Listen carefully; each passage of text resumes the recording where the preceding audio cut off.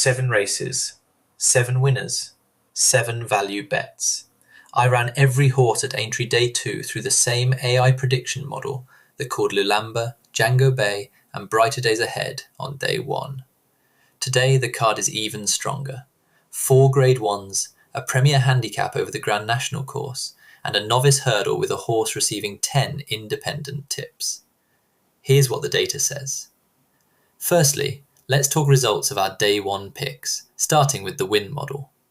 In the 145, we had Selma Devari at 5-2. She ran on very gamely, showing exciting promise for next year, but sadly she could only finish second, leaving us with a £10 loss. Next, we had Lulamba, who had a very controversial unseating with Nico, in my opinion, being very weak in the saddle, losing a further £10. In the third, we had Django Bay.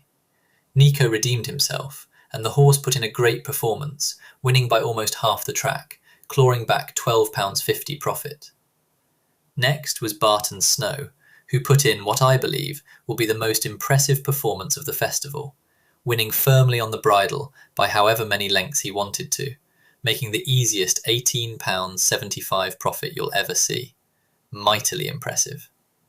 In the big one, the model stated that it just couldn't see Brighter Days Ahead beat, which proved true as she had a strong run from the front, netting a further £20 profit. Lastly, the win model picked Highland's Legacy, who fluffed the last, but I still don't think he would have beaten the winner. Not the end of the world this losing us £10 though, as we'll get into later. Overall, to level £10 stakes, the win bets returned £21.25 profit, or 2.125 points, which is a great start to the festival. Now, onto our each-way value bets, and guys, I don't think that they could have gone better. Firstly, Indian River. Wow, what a run for our money, finishing third, and at one time I even had hope that she might have done even better. A lovely start to the festival, netting us £95 profit. Next, Blue King Daru. Now this could be pocket talk, but if a riderless Lulamba didn't hamper us in the run towards the last, stalling momentum, this could have won. However, we won't turn our noses at second with £26.25 profit. Thirdly, Protectorat. Aided by an impair a pass fall at the second last, Protectorat finished a distant second, giving us £3.75 profit. A Moment's Madness was next up, and this horse made a mess of the very first jump. Stayed on gamely behind the main pack the majority of the race, but faded at the end, £10 loss. Next, Ryan's Rocket. If Highland Legacy was going to get second, who better for it to be to than our 14-1 pick? Ran on very strongly, winning by a wide margin, giving us £84 profit. Lastly, Emerald Quest snuck a place in fourth, £23 profit more.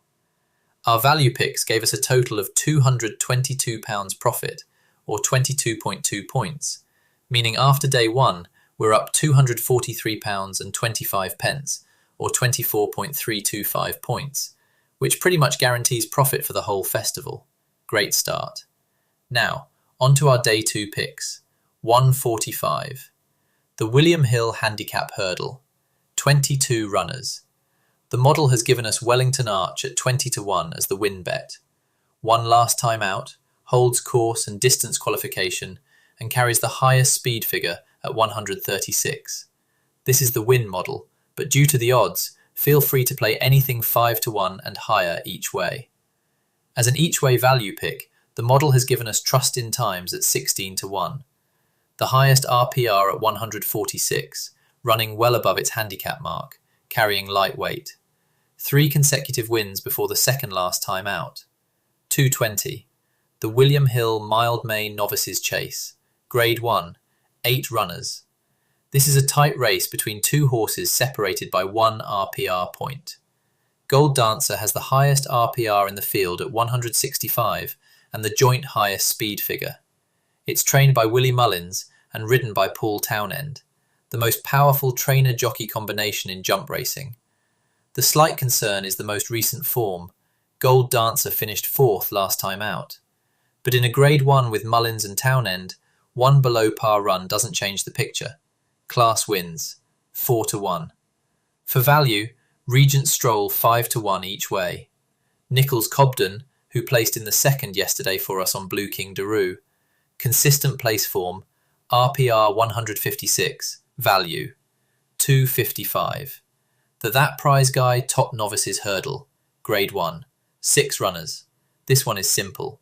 Sober Glory has the highest RPR in the race at 161, the highest speed figure at 154. It carries the Betfair exchange tag. It has been continuously shortening in the market from 4/5 down to the best available of 8 to 13, and it has received 10 independent tips, 10 in a 6-runner field where the next highest is 1. The only question mark is a pulled-up run last time, sandwiched between 3 consecutive wins. The market has processed that and backed it anyway. My winner, Sober Glory at 4-6, the banker of the day.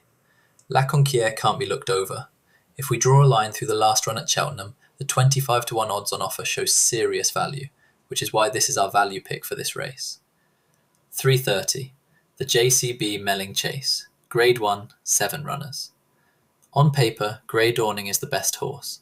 Highest RPR at 175, highest speed figure at 170. But its last 3 runs read 1-3-4, a declining curve, and the market has been slowly drifting it from 2-1 out to 5-2. Heartwood, on the other hand, has won its last 2 races. It's second on every rating metric, 1 RPR point behind Grey Dawning, but its form is going in the right direction. My winner, Heartwood at 6-4. Value pick, Solness at 14-1 each way. RPR 170, third highest.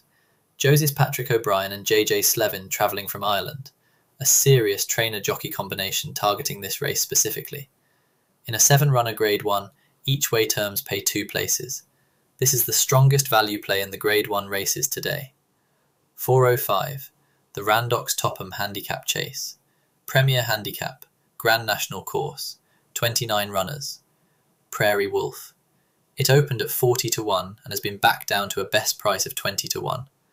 That is the single biggest market move across the entire 2-day festival. It won last time out. It carries lightweight at 10 stone 9. Its speed figure of 156 is competitive. The trainer, Sue Smith, has been targeting big festival handicap chases for 30 years. Jack Tudor rides. My selection for the win is Madara, the market favourite at 9-2, trained by Dan Skelton, won last time out. The Skelton yard has been targeting multiple races across this festival and delivering. My winner, Madara at 9-2. Best value play of the entire festival. Prairie Wolf at 20-1 each way. In a 29-runner field, bookmakers will pay 5 to 6 places. The market move alone justifies the interest. 4:40, the odds checker Sefton Novices hurdle. Grade 1, 13 runners. No drama this end was pulled up last time. That's the one line that will put most people off. But look at what surrounds it. Highest RPR in the race at 155. Betfair exchange money confirmed. Continuously shortening from 9-2 down to a best available of 10-3. Paul Nichols trains. Sam Twiston Davis rides. 3 consecutive wins before the pull-up. The Betfair exchange doesn't load up on a pulled-up horse in a 13-runner grade 1 without having done the research. Something specific caused that pull-up. The connections know what it was. The market is telling you it's been resolved. My winner, no drama this end at 3-1. Value pick, Zeus Power at 5-1 each way. 5 tips, the most of any horse in this race by a distance. Highest speed figure in the race at 144. Joseph Patrick O'Brien and JJ Slevin, the same combination flagged as value in race 4 earlier today. Most recent third after 2 wins is manageable. In a 13-runner grade 1 with 3 places paid each way, 5-1 each way is solid return. 5:15, the Debenhams Handicap Hurdle. Conditional jockeys and amateur riders, 22 runners. This race has one factor that changes the analysis. Jockey quality matters differently when you're comparing conditionals and amateurs rather than professionals. And one name stands out on that front. Sherminator is ridden by Mr. Patrick Mullins, arguably the best amateur jockey in the world. 4 wins in his last 5 starts, including most recently. Highest speed figure of the competitive runners at 132. Harry Fry trains. When Mullins specifically travels to ride a horse in this type of race, it means something. My winner, Sherminator at 7 to 1. Value pick, Pourquoi Pas Papa at 16 to 1 each way. Paul Nicholls is running his own daughter on it, Miss Olive Nicholls. Nicholls doesn't put family on horses he doesn't believe in at a festival. 4-year-old, young and potentially unexposed, carrying lightweight. In a 22-runner Class 2 with 4 or 5 places paid each way. Here's the full card at a glance. 145, Wellington Arch, 20 to 1. Value, Trustintimes, 16 to 1 each way. 220, Gold Dancer, 4 to 1. Value, Regent Stroll, 5 to 1 each way. 255, Sober Glory, 4 to 6. Banker of the Day. Value, La Conquierre, 25 to 1 each way. 330, Heartwood, 6 to 4. Value, Solness, 14 to 1 each way. 405, Madara, 9 to 2. Best value bet of the festival, Prairie Wolf, 20 to 1 each way. 440, No Drama This End, 3 to 1. Value, Zeus Power, 5 to 1 each way. 515, Sherminator, 7 to 1. Value, Pourquoi Pas Papa, 16 to 1 each way. 7 races, 7 picks, 7 value bets. I'll be back after racing with a full results breakdown. How many did the model get right, which value bets landed, and what the numbers look like going into day 3. If you found this useful, subscribe. Drop your own picks below.